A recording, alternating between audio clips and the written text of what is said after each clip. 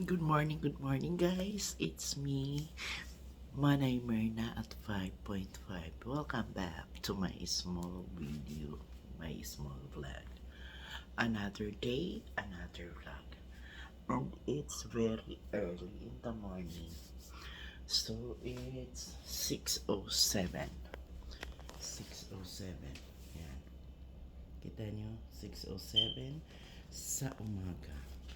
Madilim pa. Madilim pa sa labas. So, nagising ako kasi hindi ako nakatulog ng mga 5:30. 5:30 na kasi 5:30 nagising ako pag jingle, din ako nakatulog. So, naisip ko kasi magpe-prepare ako ng food ni Cloud pagpasok sa school na gumawa na lang ng photo cheese, baka magdala siya for snacks. So, mayroon tayo dito mga ingredients. The usual one, the sugar, flour, egg, butter, and powder milk. So, baka pwede naman. And then, pwede na tayong gumamit ng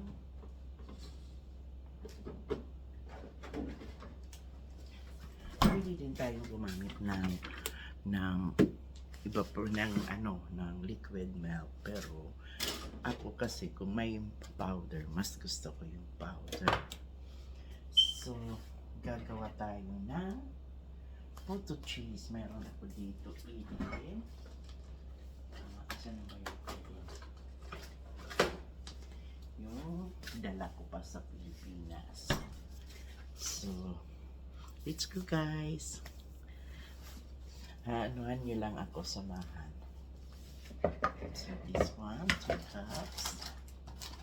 Maginaw pa rin dito. Kumusta po kayo lahat ngayon? So nasinti pa ko dito. Kubusin ko muna.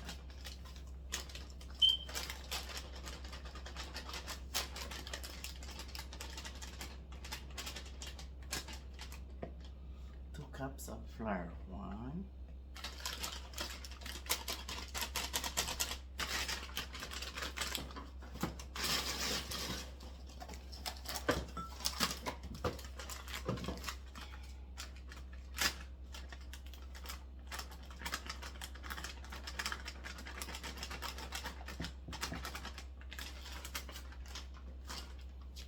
so yan, tingnan nila. Yan. So another 1 cup. So this is now 2 cups. And then sugar, 1/2 cup. 1/2 lang ang sugar para hindi masyadong matamis. Tapos lagyan natin ng powdered milk, 1/2 din.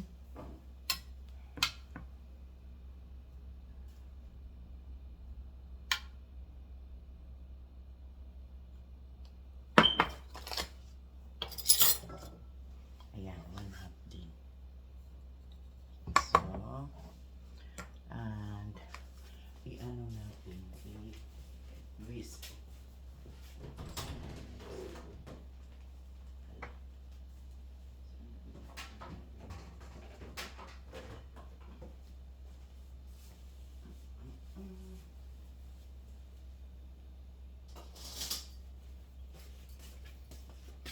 Pagsamahin muna natin ang ating dry ingredients.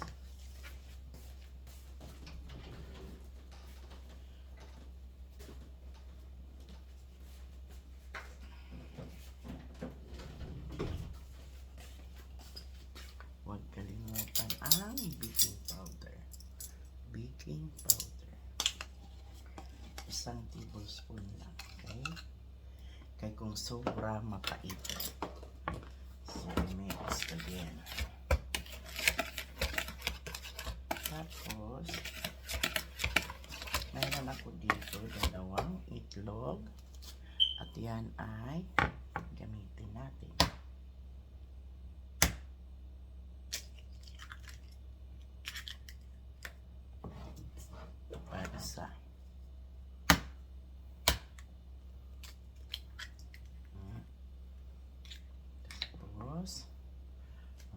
butter.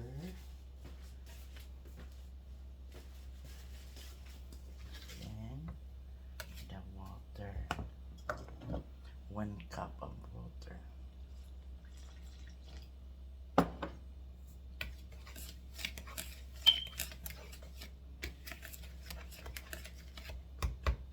Dahan-dahan lang ang pag-ano ng water.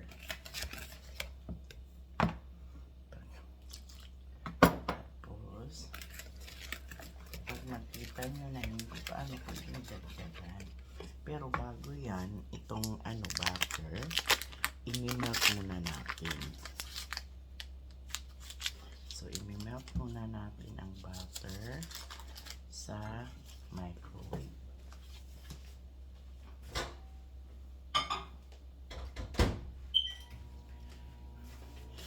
Pwede din margarine kung walang butter na available sa bahay. Okay? So, mix lang natin.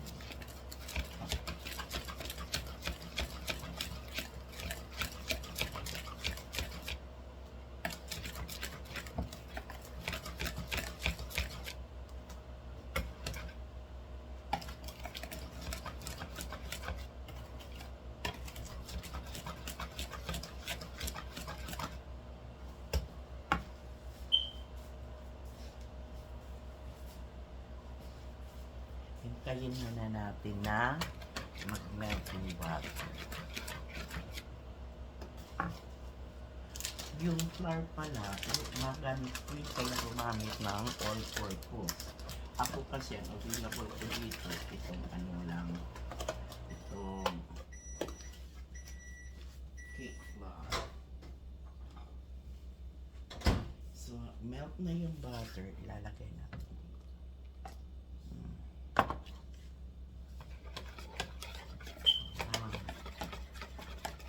Tapos, pwede rin kayong maglagay ng pwede rin yun lagyan ng vanilla kung gusto nyo mabango. Wala ako ngayong available na vanilla kasi matagal akong wala dito, so marami akong kulang na ingredient.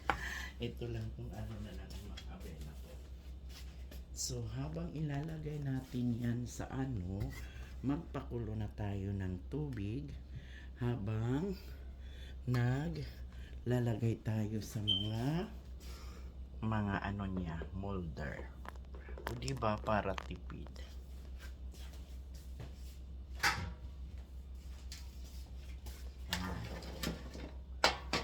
So, ito ang lalagyan natin. Usually, nag-i-spray ako dito ng oil, pero wala akong oil ngayon na spray. Ayoko namang mag-ano ng oil na ano lang. Ito yung mga ano ko. Papatingnan ko sa inyo maya-maya.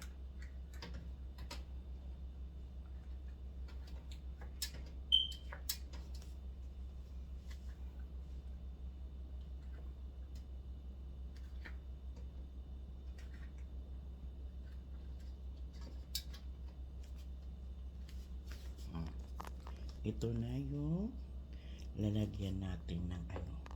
Ang ginagawa ko para hindi na dito ko nilalagay.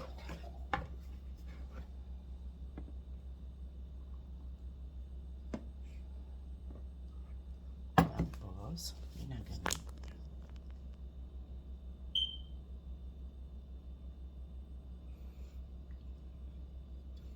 Mga 1/3 na.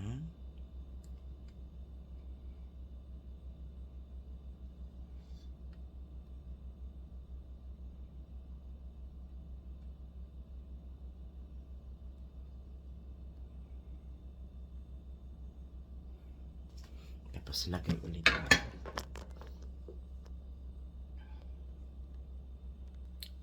So while waiting na kumulo ang ating tubig, para sa i-slice muna natin ang Eden cheese from Philippines. So, bali,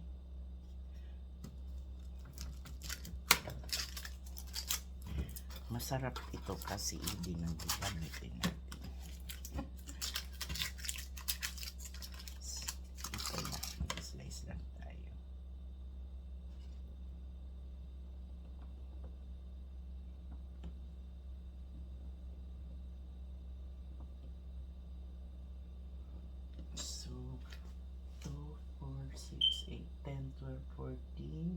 15 lang. So, 1, 2, 3, 4, 3, 6. So, 12. So, ito magiging 12. Oh, 6. Tama lang.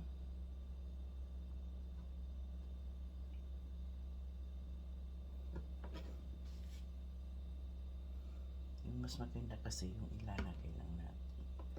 Parang ano ba. Yan.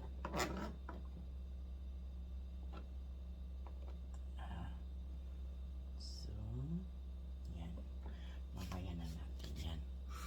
Pakuluin pa natin. So, thank you guys for watching my vlog ng isang senior citizen na nandito sa Florida, nakikibaka. Makontento lang sa kung anong meron tayo para laging happy. Ingat-ingat po tayong lahat para iwas sa mga sakit. Kami at aking family dito ay nag-iingat din. So while naghihintay pa tayo na kumulo ang ating tubig, kumustahan tayo. Shout out to everyone. Ma'am Grace, padadang ko nala ikaw nga naka-nirwana niyang kumaluto.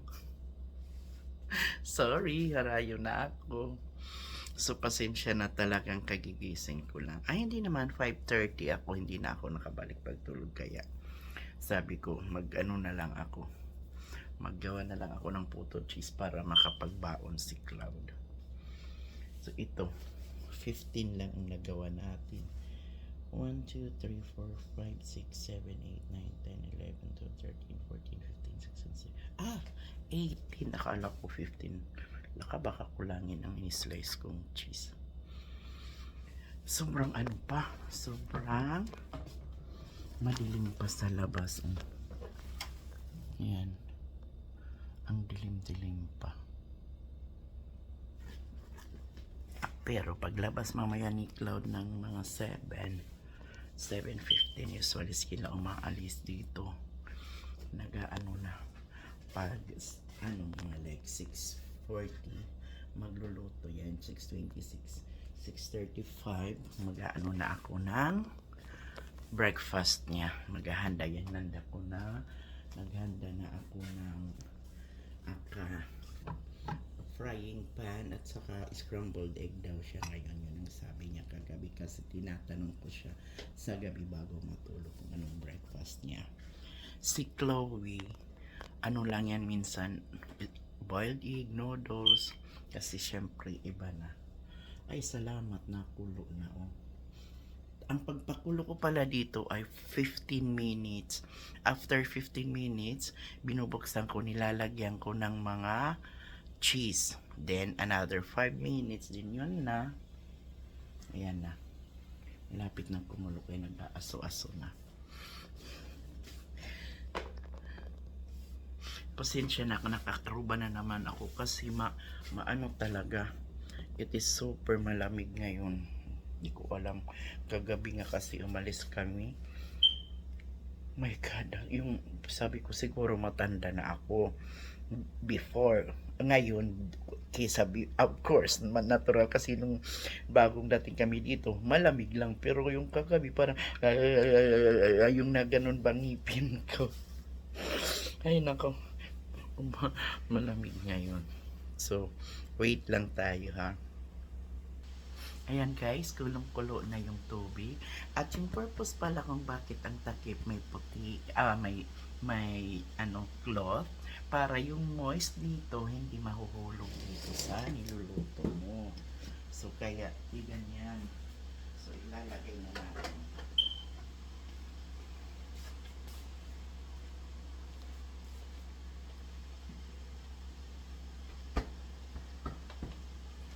Okay. Wait na lang na maluto para matikman. So ayan guys, medyo luto na, ilalagay na natin ang cheese. Isa-isa. Wow. Aray ko po, mainit. Cheese. Okay.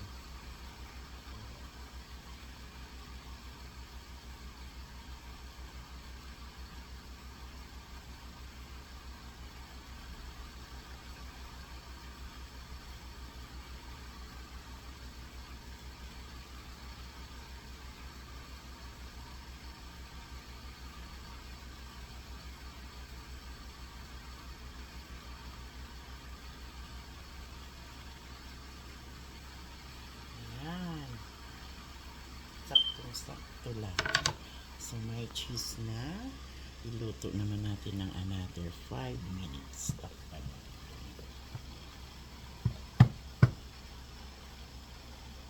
Habang naghihintay tayo na maluto yung puto, ayan o, nakaprepare na ako ng breakfast ni Cloud. Bababa na yun maya-maya. Guys, parang may mali sa cheese. O Diyos, siguro dahil sa sobrang lamig, hindi pa nagme-melt. Pero ma-over ano na yung ano natin. So, tikman na lang natin kahit hindi pa siya masyadong tunaw. Okay. Init na lang. Kasi ma-overcook naman kaya inano ko na yan, pinatay ko na.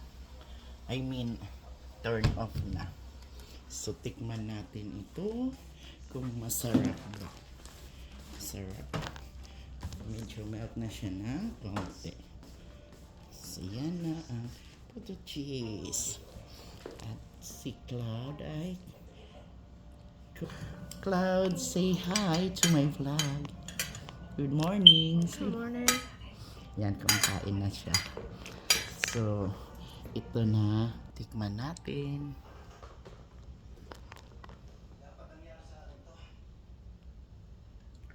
Wow, perfect. God bless us all. It's super good.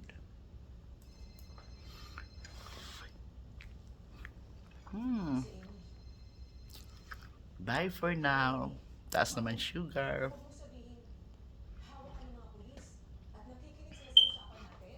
It's weekend now. It's Friday today here in our Friday morning.